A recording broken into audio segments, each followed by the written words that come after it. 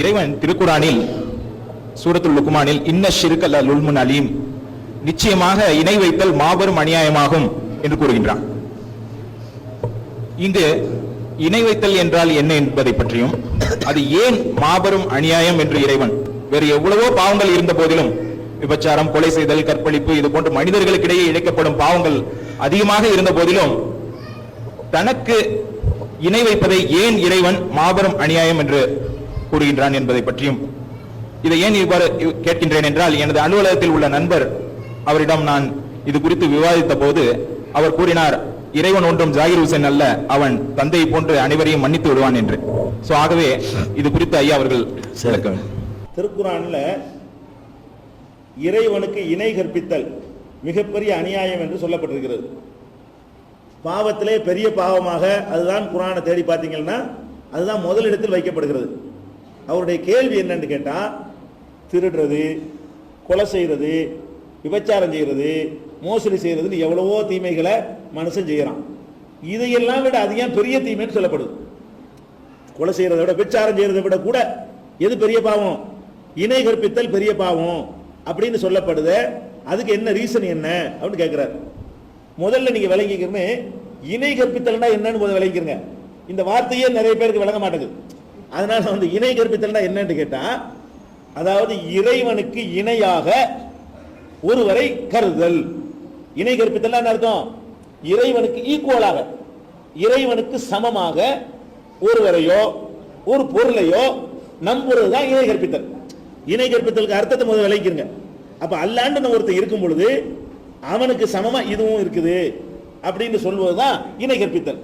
அல்லாண்டு ஒருத்தன் இருக்கும் பொழுது அவனுக்கு சமமா இவர் இருக்கிறாரு, இவர் அவன மாதிரி தான் அப்படின்னு சொல்வதுதான் இணை கற்பித்தல்ங்கிற. முதல்ல இந்த வார்த்தையை விளங்கின அர்த்தத்தை. இணை கற்பித்தல்ங்கிறது கொஞ்சம் விளங்க கஷ்டமா இருந்தால், அல்லாஹ்வுக்கு சமமாக மற்றவர்களை கருதுவது பெரிய பாவம்.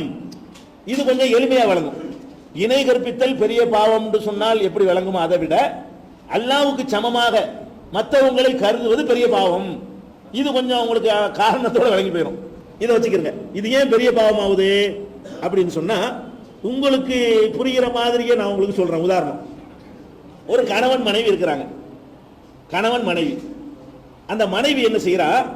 கணவனுக்கு நிறைய தப்பு செய்யறா. என்ன தப்பு செய்யறா? ஒரு நண்பரை கூட்டிட்டு போய் டீ போடுன்னு சொல்றான், நீ போட்டு குடிச்சுக்கங்கிறா. அவனுக்கு எப்படி இருக்கும்? போய் சோறு வைக்க சொல்றீங்க, போட்டு தின்னு அப்படிங்கிறா. எப்படி இருக்கு? நமக்கு கோபம் வரும், கண்டிப்பா கோபம் வரும்னு வைங்களேன். இருந்தாலும் இதை சகிச்சுக்கிட்டு ஒருத்தன் இருந்துருவான். சரியா? அதே நேரத்தில் வந்து இன்னொரு மனைவி இருக்கிறா. இப்படி ஒரு மனைவி, இன்னொரு மனைவி இருக்கிறா. அவன் டீ கொண்டு வர சொன்னா ஓவலே கொண்டு வர்றான், சோறு போட சொன்னா பிரியாணி கொண்டு வர்றான். அவன் என்ன செய்யறான்? சோறு தான் கேட்கறான். அவன் என்ன செய்யறா? சோறு என்ன இந்த பிரியாணிங்கிறான். டீ தான் கேட்கறான், ஓவல் கொண்டு வர்றான். ஆனா அவனை வைக்கிற இடத்துல வேற ஒருத்தனோட வச்சுட்டான். இவ்வளவையும் பண்ணிவிட்டு அவனுக்கு ஈக்குவலாக, அவனுக்கு இணையாக பெட்ரூம்ல ஒருத்தனோட உட்கார்ந்துருக்கிறான். வீட்டுக்கு வர்றான், ஓவல் தந்தது யாவும் வருமா? வராது. பிரியாணி தந்தது யாவும் வருமா? வராது. என்ன யாவும்? ஏன் இடத்துல எப்படி இன்னொருத்தனை வைக்கிற? ஆனா அவ இருக்கிறாள, இவன் இடத்துல யாரையும் வைக்கல. எவ டீயை நீனே போட்டு குடின்னு சொன்னால, கடையில போய் சாப்பிடுன்னு சொன்னால, அவ என்ன பண்ணல? ஒரு நாள் இவனை வைக்கிற இடத்துல யாரையும் வைக்கல. பெட்ரூமுக்குள்ள யாரையும் அனுமதிக்கல, இவனை மட்டும்தான் அனுமதிக்கிறான். ஆனால் எந்த சொல்லி கேட்க மாட்டேங்கிறான். இதுல ரெண்டுல கோபம் உள்ளது எதுக்கு ரொம்ப கோபம்? ஒரு மனுஷனுக்கு ரொம்ப கோபம் எதுல வரும்? டீ போட்டு தராதுல கோபம் வருமா? சோறு தராது கோபம் வருமா? படுக்கையை பகிர்ந்து கொண்டதுல கோபம் வருமா? எதுல கோபம் வரும்?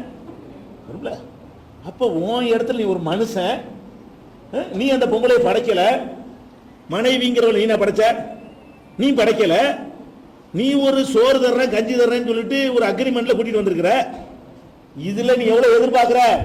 என் இடம் எனக்கு தான், மத்த என்ன வேண்டாலும் செஞ்சிரு, என் இடத்த மட்டும் யாரும் கொடுத்துறாத. சரியா? அதன் அர்த்தம். கல்யாணத்துடைய அர்த்தம் என்ன? நீ என்ன வேணாலும் சொல்லு, சோத்துல உப்பு போடாம ஆக்கி வை, தின்னுட்டு போற, என் இடத்துல எவனே உட்கார. அதன் அர்த்தம்.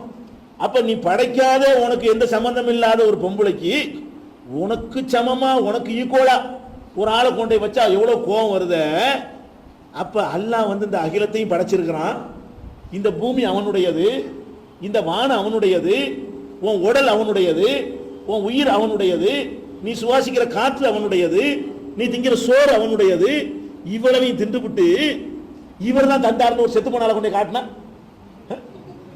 அவன் ஜோத்தை தின்றுபிட்டு என்னைக்கும் மூத்தா போனால் இருப்பார், அடக்கம் பண்ணி இருக்கும்ல, இவர் தான் எனக்கு பிள்ளையை தந்தாரு. அவனுக்கு எப்படி வரும்? அட பாவி, அவரே நான் படைச்சிருக்கிறேன், உன்னை நான் படைச்சிருக்கிறேன், என் இடத்துல கொண்டு அவரை வைக்கிறீடான்னு கோவம் வரணும் வராதா? ஒரு புருஷனுக்கு பொண்டாட்டி மேல இருக்கிற உரிமையை விட படைச்சவனுக்கு அடிமைகள் மேல உரிமை அதிகம் இல்லையா? ஏன் கோவம் வருது? விளங்குது உங்களுக்கு விஷயம்? படைச்சவன் உட்கார்ந்து பார்த்துட்டு இருக்கிறான், அவன் தான் உங்களை படைச்சான்னு எல்லாருக்கும் தெரியுது. நீங்க சுவாசிக்கிற காத்து அவனுடையன்னு தெரியுது, மழையை அவன் தான் இறக்குறான்னு தெரியுது. நீ போய் யார்கிட்ட போய் கேட்கறியோ, அவளியா மகானு பெரியாருங்கிறிய, அவரெல்லாம் கூட அவன் தான் படைச்சான். அவர் மூத்தா போயிட்டாரு, இப்ப அவர் இல்ல, அவரை ஒண்ணும் இல்லாம இருந்து அல்லா தான் படைச்சான். நீ என்ன பண்ற? அப்துல் காதர் ஜிலானியே சாவுல மீது ஆண்டவரேங்கிற. எப்படி இருக்கு அவனுக்கு? அடப்பாவி, நான் ஒருத்தன் வந்து உன்னைய படைச்சு கூட செஞ்சிருக்கும் போது சாவுல மீது, அவர் யாரா சாவுல மீது கோவம் வருமா வராதா? ஏன் கோவம் வருதுன்னு அவர் கேட்கிறார், தர்க்கரீதா தான் கேட்கிறாரு. அவர் ஆதாரம் சொல்லிட்டாரு பெரிய பாவம்ங்கிறதுக்கு. அவர் கேட்கறது என்ன? இது ஏன் ஒரு பெரிய கோவம் வருதுன்னா வருத்தம் செய்யும். ஒரு பொசிஷன்ல இருக்கிறவன் வந்து அவனுக்கு கீழே உள்ளவனை வந்து அந்த இடத்துல வச்சு பார்த்தீங்கன்னா எடுத்துக்கொள்ளாது எவனுக்குமே. ஒரு ஹெட் மாஸ்டர் இருக்காரு பள்ளிக்கூடத்துல, அவர் இடத்துல வந்து அதுக்கு கீழே உள்ள வாத்தியாரை வைக்க முடியுமா? பெல் அடிக்கிற பியூனை கொண்டு அந்த இடத்துல நீங்க நிப்பாட்ட முடியுமா? ஒரு சங்கத்துல முடியுமா? ஒரு இயக்கத்துல முடியுமா? இந்த இடத்த வாடகை பிடிக்க வர்றீங்க, இதுக்கு யார் அத்தாரிட்டி? அவர்கிட்ட போய் அக்ரிமெண்ட் போடணுமா? தெருவில் வாட்ச்மேன் இருப்பார், அவர்கிட்ட போய் அக்ரிமெண்ட் போட முடியுமா? அப்ப வாட்ச்மேன் இடத்துல வைக்கணும், நிர்வாகி இடத்துல வைக்கணும் தானே அர்த்தம். வாட்ச்மேன் வந்து நிர்வாகிட்ட பேசலாம், வாட்ச்மேன் போய் பேசுனீங்கன்னா அது நிர்வாகி கேட்டுட்டு இருந்தாருன்னு சொன்னா கோபமா வராதா? அப்ப ஏன் கோபம் வருதுன்னு கேட்டா, அல்லாஹ் தான் பெருமைக்கு சொந்தக்காரன். பெருமைக்கு ஒரு மனுஷனுக்கு பெருமை அடிக்க ஒண்ணுமே கிடையாது. அல்லாஹ்வுக்கு தான் அனைத்து பெருமையும் அவனுக்கே உரியது. உலகுல் கிப்ரியாவு, பெருமை பூரா அவனுக்கு உரியது. அப்படிப்பட்ட அவனுடைய இடத்துல இந்த கல்லை கொண்டு வைக்கிறான். ஒருத்தன் என்ன செய்யறான்? ஒரு கல்லுக்கு முன்னாடி நின்றுக்கிட்டு நீ தான் மலையை தாண்டு கேட்கறான். ஒரு கல்லு அவனுக்கு எப்படி? அட பாவி, மலையை நான் தந்துக்கிட்டு இருக்கிறேன், இந்த கல்லு பாறாங்கல் உனக்கு மலையை தருமா? சூரியனே என்னை காப்பாத்துங்கிறான் ஒருத்தன்.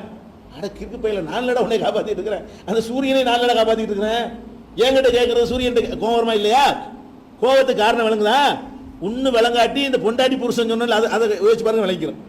அப்ப பெரிய பாவம் எது?